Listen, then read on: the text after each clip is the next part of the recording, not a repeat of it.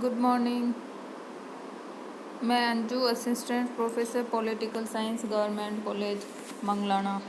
हम बात कर रहे थे यूनानी दार्शनिक प्लेटो की, और आज हम डिस्कस करेंगे प्लेटो की थ्योरी ऑफ जस्टिस का, न्याय के सिद्धांत का। न्याय प्लेटो के राजनीतिक चिंतन का महत्वपूर्ण अंग रहा है, और इस बात का इससे पता लगाया जा सकता है कि प्लेटो की जो सबसे फेमस बुक है रिपब्लिक, उसका वैकल्पिक नाम ही कंसर्निंग ऑफ जस्टिस रखा है।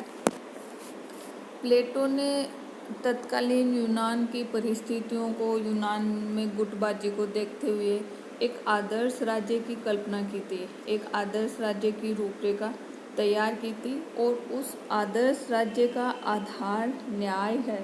प्लेटो के आदर्श राज्य का आधार न्याय है।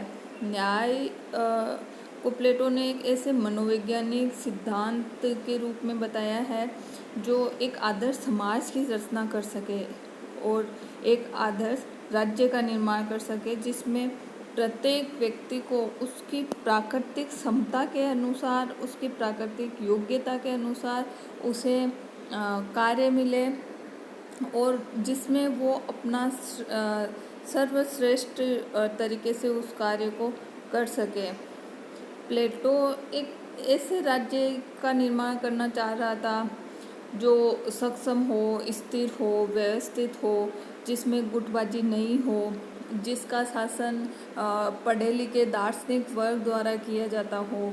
उस आदर्श राज्य को प्लेटो न्याय के माध्यम से प्राप्त करना चाह रहा था, क्योंकि प्लेटो के अनुसार न्याय के द्वारा ही सद्गुणी व्यक्तियों का निर्माण किया जा सकता है, सद्गुणी नागरिकों का निर्माण किया जा सकता है। और जहाँ नागरिकों का चरित्र उच्च होगा, जिस राज्य में नागरिकों का चरित्र उच्च होगा या श्रेष्ठ नागरिकों से मिलकर ही एक श्रेष्ठ राज्य बन सकता है। प्लेटो की न्याय देखने से पहले हम देखते हैं कि उस टाइम न्याय के बारे में यूनानी समाज में क्या क्या धारणाएं थी। जैसे मैंने पहले बताया था कि शिक्षा का सिद्धांत अपन ने देखा था, उस टाइम मैंने बताया था कि पहले यूनान में, स्पेशली एथेंस में, कोई शिक्षा का सार्वभौमिक रूप नहीं था, कोई एक योजना नहीं थी। शिक्षा सोफिस्टों द्वारा दी जाती थी घूम फिर के। तो शिक्षा का ही एक चीज़, एक अंग अपन न्याय को मान सकते हैं। तो उस टाइम न्याय का भी कोई एक सार्वभौमिक सिद्धांत नहीं था। न्याय को भी अलग अलग तरीके से अलग अलग विचारकों द्वारा बताया गया था, और पहले से जो न्याय की धारणाएं प्रचलित थी वो एक बाहरी धारणा थी, मतलब एक बाहरी तत्व था उस धारणा के अनुसार न्याय। जबकि प्लेटो के अनुसार न्याय आत्मा का गुण है, एक आंतरिक तत्व है। देखते हैं उस टाइम यूनान में न्याय को लेके कौन कौन सी धारणाएं प्रचलित थी, विचारकों ने उस टाइम न्याय को लेके क्या क्या सिद्धांत दिए थे, क्या क्या विचार दिए थे।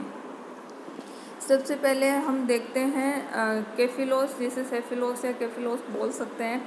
उसने न्याय के बारे में क्या बोला था, जो परंपरावादी सिद्धांत का जिसको प्रतिनिधि बोल सकते हैं, या जिसको जो सेफोलस था वो व्यापारिक वर्ग का प्रतिनिधि या परंपरागत नैतिक, व्यापारिक परंपरागत नैतिकता का प्रतिनिधि बोल सकते हैं। उसका ये मानना था कि सत्य बोलना ही न्याय है, सत्य बोलना और अपना ऋण चुका देना न्याय है। जबकि प्लेटो ने इसका खंडन किया। प्लेटो का मानना था कि हर परिस्थिति में न तो सत्य बोलना न्याय हो सकता है, और न ही हर परिस्थिति में ऋण चुका देना न्याय हो सकता है। सत्य बोलना इसलिए क्योंकि लोगों को मत और ज्ञान का नॉलेज नहीं है, ज्ञान और मत को अलग अलग नहीं कर पाते, इसलिए जब तक ज्ञान का नहीं पता है तब तक सत्य बोलने का दावा नहीं किया जा सकता। और ऋण चुका देना हर परिस्थिति में न्याय इसलिए नहीं हो सकता क्योंकि जैसे प्लेटो ने उदाहरण देके इसके बारे में बताया था कि जैसे कोई एक आदमी है, जब वो एकदम ठीक था उस टाइम उसने आपको एक बंदूक दी रखने के लिए। जब वो पागल हो गया और आप उसको वो बंदूक वापस दे दे, तो एक तरीके से आप उसका ऋण चुका रहे हो, लेकिन ये न्याय नहीं हो सकता है वो बंदूक से किसी की हत्या कर दे। इसलिए हर परिस्थिति में ऋण चुका देना और सत्य बोलना न्याय नहीं हो सकता। इसके बाद न्याय की एक उग्रवादी धारणा प्रस्तुत की है थ्रेसिमेकर्स का जो सिद्धांत है वो न्याय का उग्रवादी सिद्धांत जिसको बोल सकते हैं। इसके अनुसार न्याय क्या है, थ्रेसिमेकर्स के अनुसार कि शक्तिशाली का हित ही न्याय है, या जो पावरफुल है उसका हित ही न्याय है। मतलब शक्तिशाली व्यक्ति या शासक जो बात कह दे वो ही न्याय है, लेकिन न्याय पूरे समाज की भलाई का नाम है, किसी व्यक्ति का हित न्याय नहीं हो सकता। प्लेटो के अनुसार न्याय सामाजिक है, एक अकेले व्यक्ति के मत को कभी भी न्याय नहीं कहा जा सकता। पॉलीमार्कस के अनुसार न्याय था कि जैसे के साथ तैसा व्यवहार, जैसे कोई हमारे साथ जिस तरीके का व्यवहार करे उसी तरीके का हम दूसरे के साथ व्यवहार करें तो वो न्याय है। मतलब कान के बदले कान, आँख के बदले आँख, हाथ के बदले हाथ, न्याय है। कोई आपकी आँख फोड़े वापस आप उसकी आँख फोड़ दो तो न्याय है पॉलीमार्कस के अनुसार। जबकि प्लेटो मानता है कि जैसे के साथ तैसा व्यवहार कभी न्याय नहीं हो सकता, जबकि न्याय सबके साथ सद्गुणी व्यवहार न्याय है। कोई आपके साथ न्याय करे नहीं करे, आपके साथ जैसा भी व्यवहार करे, लेकिन आपको उसके साथ सद्गुणी व्यवहार करना ही न्याय है। फिर ग्लूकोन ने सिद्धांत दिया था जिसको अपन थोड़ा यथार्थवादी भी बोल सकते हैं। ग्लूकोन ने कहा था कि न्याय समझौते का परिणाम है। समझौते का परिणाम कैसे है कि ग्लूकोन के अनुसार जो कमज़ोर लोग थे या जो निर्बल लोग थे उन्होंने मिलकर एक समझौता किया कि हम एक दूसरे पर अन्याय नहीं करेंगे, और इस समझौते के पालन के लिए उन्होंने कानून भी बनाए। इस समझौते के पालन के लिए उन्होंने कानून बनाए। जब कानून बनाए तो उसमें दंड की भी व्यवस्था की है। तो उस समझौते का लोगों द्वारा पालन इसलिए किया जाता है क्योंकि लोगों को दंड का डर लगता है, इसलिए ग्लूकोन का कहना था कि न्याय भय का शिशु है। लेकिन क्योंकि भय का शिशु को ग्लूकोन ने न्याय को भय का शिशु इसलिए माना क्योंकि लोगों ने डर के मारे समझौता किया था, और कि निर्बल लोगों ने डर के मारे समझौता किया, और उस समझौते के द्वारा जो कानून निर्माण किया उस कानून का भी पालन दंड के भय के कारण किया जा रहा है। अभी की परिस्थितियों में हम देखें तो न्याय यही तो है कि न्यायालय द्वारा या कोर्ट द्वारा किसी को और जो डिसीजन दिया जाता है कानून के अनुसार वो डिसीजन दिया जाता है। कानून का अगर उल्लंघन हो रहा हो तो कोर्ट द्वारा उसको सजा सुनाई जाती है।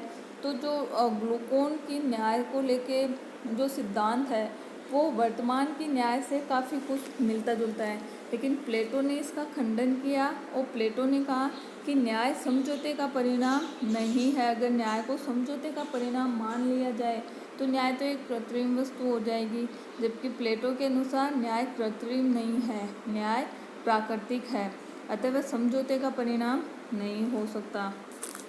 अब उस टाइम प्रचलित न्याय की धारणा को देखने के बाद में अब हम देखते हैं कि प्लेटो का न्याय का सिद्धांत क्या था।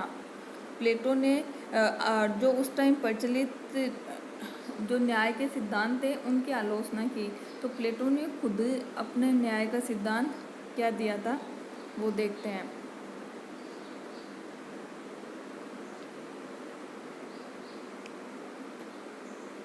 प्लेटो की न्याय का आधार था शिक्षा और साम्यवाद। शिक्षा के द्वारा प्लेटो सद्गुणी नागरिकों का निर्माण कर रहा था, और साम्यवाद के द्वारा प्लेटो ऐसी परिस्थितियां बना रहा था जिसके कारण नागरिक अपने कर्तव्यों से विचलित नहीं हो। प्लेटो की न्याय में कार्य का विभाजन था, इसलिए कार्य का विशेषीकरण भी था। प्लेटो की न्याय प्राप्ति का माध्यम था कि गुणों की खोज या गुणों का प्रशिक्षण। प्लेटो की न्याय प्राकृतिक है, ध्यान रखना, प्राकृतिक है इसलिए निर्मित नहीं किया जाएगा, गुणों को खोजा जाएगा। प्लेटो के अनुसार हर व्यक्ति की आत्मा में 3 गुण है। हर व्यक्ति का जो मूल तत्व है आत्मा, उसमें 3 गुण होते हैं, विवेक, साहस और वासना। इन तीनों गुणों के आधार पर प्लेटो ने समाज को 3 वर्गों में भी बांटा था। जिन व्यक्तियों में विवेक की प्रधानता है या विवेक जिनमें डोमिनेट है या विवेक का जिनमें प्रबल प्रभाव है, उन लोगों से मिलकर शासक वर्ग बनेगा। जिन व्यक्तियों में साहस की प्रबलता है, उन लोगों से मिलकर सैनिक वर्ग बनेगा। और जिन व्यक्तियों में वासना की प्रबलता है, उन लोगों से मिलकर उत्पादक वर्ग बनेगा। अब इस चीज़ का पता कैसे चलेगा कि किस में विवेक है, किस में साहस अधिक है या किस में वासना अधिक है? इसके लिए ही प्लेटो ने शिक्षा का जो सिद्धांत दिया था, इसके लिए प्लेटो ने शिक्षा का सिद्धांत दिया था। ये जो आत्मा के 3 गुण हैं, इन गुणों का आपस में सामंजस्य ही प्लेटो के अनुसार न्याय है। प्लेटो का न्याय शिक्षा के माध्यम से प्राप्त होती है, जबकि वर्तमान समय में न्याय विधि के माध्यम से प्राप्त होती है। प्लेटो ने कहीं पर भी विधि का उल्लेख नहीं किया है, क्योंकि शिक्षा से व्यक्तियों के चरित्र का निर्माण होगा। चारित्रिक विकास होने पर न्याय स्थापित होगी, जिसमें दंड, विधि व अधिकार का अभाव होगा। जब व्यक्ति सद्गुणी होंगे, व्यक्ति चारित्रिक होंगे, तो वो अपने आप अपनी अंतरात्मा से ही कोई गलत काम नहीं करेंगे, या ये कहे कि अपनी अंतरात्मा के गुणों के अनुसार ही वो व्यवहार करेंगे। तो ऐसी स्थिति में किसी तीसरे पक्ष को न्याय करने की ज़रूरत नहीं होगी, विधि की ज़रूरत नहीं होगी। जब विधि नहीं है तो दंड की ज़रूरत नहीं होगी। शिक्षा का मूल उद्देश्य एक अच्छे नागरिक का निर्माण करना था। एक अच्छे नागरिक का निर्माण होगा, एक श्रेष्ठ नागरिक से श्रेष्ठ राज्य का भी निर्माण होगा। प्लेटो का जो न्याय है वो समाज में संतुलन, सामंजस्य या अनुपात बनाए रखने के लिए प्लेटो ने न्याय का सिद्धांत दिया था। और ध्यान रखना, न्याय प्राकृतिक है। प्राकृतिक इसलिए है क्योंकि व्यक्ति में ये जो तीनों, व्यक्ति की आत्मा के जो 3 गुण है, विवेक, साहस और वासना, ये जन्मजात है व्यक्ति में, प्राकृतिक रूप से है, इनको निर्मित नहीं किया जा सकता। शिक्षा के माध्यम से इन्हें बाहर निकाला जा सकता है या ये पता लगाया जा सकता है कि किस में कौन सा गुण प्रबल है, लेकिन शिक्षा के माध्यम से भी इनका निर्माण नहीं किया जा सकता। प्लेटो के अनुसार न्याय प्रकृति में ही पाया जाता है कि जैसे सूरज हमेशा पूर्व से ही उदय होता है, दिन के बाद हमेशा रात ही होगी, तो प्रकृति में ही एक बैलेंस है। उस बैलेंस को, उस संतुलन को प्लेटो समाज में या राज्य में स्थापित करना चाह रहा था, और उस बैलेंस से ही न्याय स्थापित हो सकता है। समाज के प्रत्येक वर्ग द्वारा अपना निर्धारित कार्य करना ही न्याय, और दूसरों के कार्य में हस्तक्षेप नहीं करना। जैसे जो शासक वर्ग है उसमें विवेक की प्रधानता है, उसका काम है शासन करना। जो सैनिक वर्ग है उसमें साहस की प्रधानता है, तो उसका मुख्य कार्य है कि राष्ट्र की रक्षा करना। जो उत्पादक वर्ग है उसमें वासना की या तृष्णा की प्रधानता है, तो उसका कार्य होता है उत्पादन करना। और समाज के प्रत्येक वर्ग द्वारा अपना निर्धारित कार्य करना और दूसरे के कार्य में हस्तक्षेप नहीं करना ही न्याय है। अपनी आत्मा के वास्तविक गुणों के अनुसार कार्य करना ही न्याय है। यूनानी नगर राज्य की अराजकता का कारण प्लेटो को अन्याय लगता था। यूनानी नगर राज्य में अन्याय है, इसलिए अराजकता फैली हुई है। प्लेटो का समाज आंगिक है क्योंकि प्रत्येक वर्ग एक दूसरे के पूरक है, और राज्य का निर्माण पेड़ पौधों या चट्टानों से नहीं होता, बल्कि श्रेष्ठ व्यक्तियों के चरित्र से होता है या नागरिकों के श्रेष्ठ चरित्र से होता है। ये बहुत फेमस कोटेशन है प्लेटो की, कि जो कई एग्जाम्स में पूछी जाती है कि राज्य व राष्ट्र का निर्माण पेड़ पौधों या चट्टानों से नहीं होता, बल्कि वहाँ के नागरिकों से होता है। इसलिए अगर नागरिक चारित्रिक रूप से श्रेष्ठ है तो श्रेष्ठ राज्य का निर्माण भी हो जाएगा। प्लेटो की जो न्याय की धारणा है वो सिंपल सी है, अपन ने डिस्कस की। एक बार इसको वापस रिवाइज कर देते हैं। प्लेटो ने समाज को 3 वर्गों में बांटा था और समाज को इन 3 वर्गों में बांटा था व्यक्तियों की या नागरिकों की आत्मा के गुण के आधार पर। प्लेटो के अनुसार प्राकृतिक रूप से या जन्मजात रूप से हर मनुष्य के आत्मा के 3 गुण होते हैं, विवेक, साहस और तृष्णा। हर मनुष्य की आत्मा में ये तीनों गुण होंगे और अपने गुणों के अनुसार कार्य करना, अपने आत्मा के गुणों के अनुसार कार्य करना और दूसरे व्यक्ति के कार्यों में हस्तक्षेप नहीं करना ही प्लेटो के अनुसार न्याय है। प्लेटो ने इन तीनों गुणों के आधार पर समाज को 3 वर्गों में बांट दिया था। समाज में जिन व्यक्तियों या जिन नागरिकों में विवेक गुण की प्रधानता है, ध्यान रखना हर व्यक्ति में ये तीनों गुण होंगे, लेकिन इनमें से कोई एक गुण प्रबल होगा, उसकी प्रधानता होगी, वो डोमिनेट होगा बाकी दोनों की तुलना में। जैसे कुछ व्यक्ति ऐसे होंगे जिनमें साहस ज़्यादा है विवेक और बुद्धि की तुलना में। ये नहीं कि उनमें साहस ज़्यादा है तो उनमें विवेक या वासना बिल्कुल नहीं है, लेकिन प्रबलता उनमें साहस की है। तो ऐसे नागरिक जिनमें साहस या शौर्य ज़्यादा है, उन नागरिकों से मिलकर जो समाज का जो वर्ग बनेगा वो सैनिक वर्ग होगा और उस वर्ग का काम होगा समाज या राज्य की रक्षा करना। जिन नागरिकों में विवेक की प्रबलता है, उन नागरिकों से मिलकर जो वर्ग बनेगा वो शासक वर्ग होगा और उसका काम होगा शासन करना। जिन नागरिकों के आत्मा का डोमिनेट वर्चू वासना है, उन लोगों से मिलकर उत्पादक वर्ग बनेगा और उनका कार्य उत्पादन करना होगा और बाकी के जो दोनों वर्ग है इनका भरण पोषण करना होगा। तो प्लेटो ने गुणों के आधार पर समाज के 3 वर्ग बनाए। तीनों वर्गों के अपने अलग अलग कार्य होंगे। तीनों वर्गों द्वारा दूसरे व्यक्तियों के कार्यों में हस्तक्षेप नहीं किया जाएगा। जैसे शासक है तो शासक का काम सिर्फ शासन करना ही है, न तो वो सैन्य कार्य करेगा, न ही वो उत्पादन का कार्य करेगा, मतलब न तो वो भौतिक वस्तुएं इकट्ठा करने में लगा होगा और न ही वो सेना में भर्ती होगा। उसका काम सिर्फ शासन करना है। तो ये थी प्लेटो की न्याय की अवधारणा। अब देखते हैं प्लेटो के न्याय सिद्धांत की विशेषता और प्लेटो के न्याय सिद्धांत की आलोचना। प्लेटो का जो न्याय सिद्धांत है वो नैतिक है। नैतिक इसलिए है क्योंकि अभी वर्तमान में जो न्याय की धारणा है वो वैधानिक होती है, विधि के अनुसार जो ठीक है वो न्याय है। लेकिन प्लेटो ने न्याय को नैतिक और सर्वव्यापी बनाया है। इसमें व्यक्ति की आत्मा के गुणों के आधार पर उसको अपनी मोरलिटी से, अपनी नैतिकता से कार्य करना होता है, विधि के अनुसार नहीं। दूसरा है तीनों गुणों का समावेश। प्लेटो के अनुसार न्याय राज्य तथा व्यक्ति के मौलिक सद्गुणों का एक अंग है। व्यक्ति में प्लेटो ने 3 नैसर्गिक गुण बताए थे, विवेक, साहस और तृष्णा। राज्य में भी ये 3 गुण है। राज्य में इन 3 गुणों के आधार पर राज्य के भी 3 वर्ग है और उन तीनों वर्गों का आपस में सामंजस्य या संतुलन ही न्याय है। प्लेटो के अनुसार न्याय अंतरात्मा का गुण है और संतुलन का लिए धारणा है।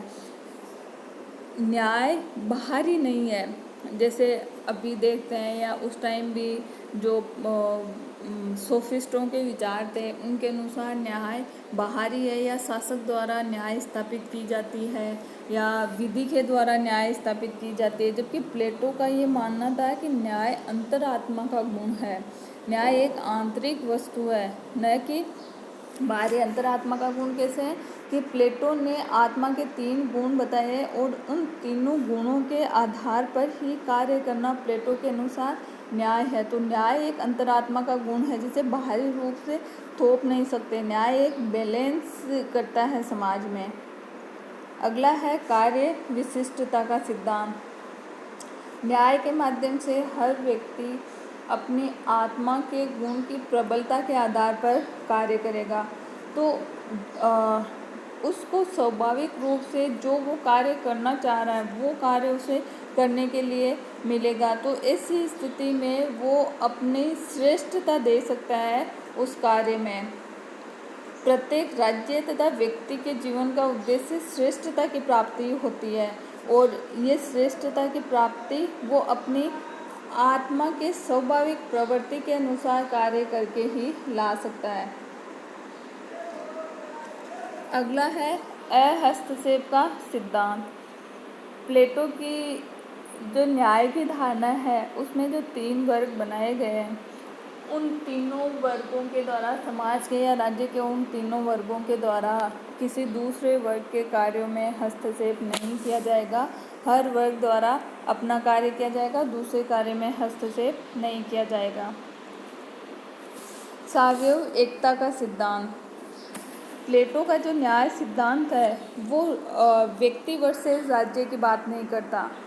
व्यक्ति वर्सेस राज्य की बात नहीं करता है, क्योंकि प्लेटो ने आंगिक राज्य की बात की है। सब लोगों से मिलकर ही राज्य बनता है, और जो एक दूसरे के पूरक है, न तो व्यक्ति इसमें व्यक्ति राज्य के लिए है और राज्य के प्रति ही उसके कर्तव्य अधिकार, राज्य ही साध्य है जबकि व्यक्ति साधन है। व्यक्ति की न्याय कर्तव्य भावनाओं पर आधारित है। अगली है दार्शनिक शासक।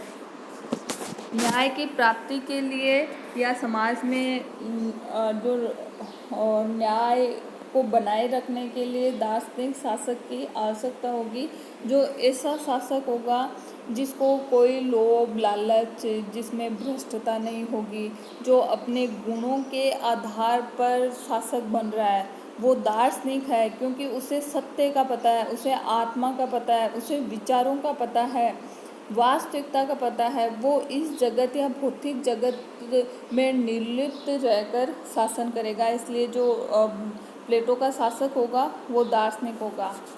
अब देखते हैं प्लेटो के न्याय सिद्धांत की आलोचना। प्लेटो ने न्याय को कानूनी धारणा न मानकर नैतिक धारणा माना है।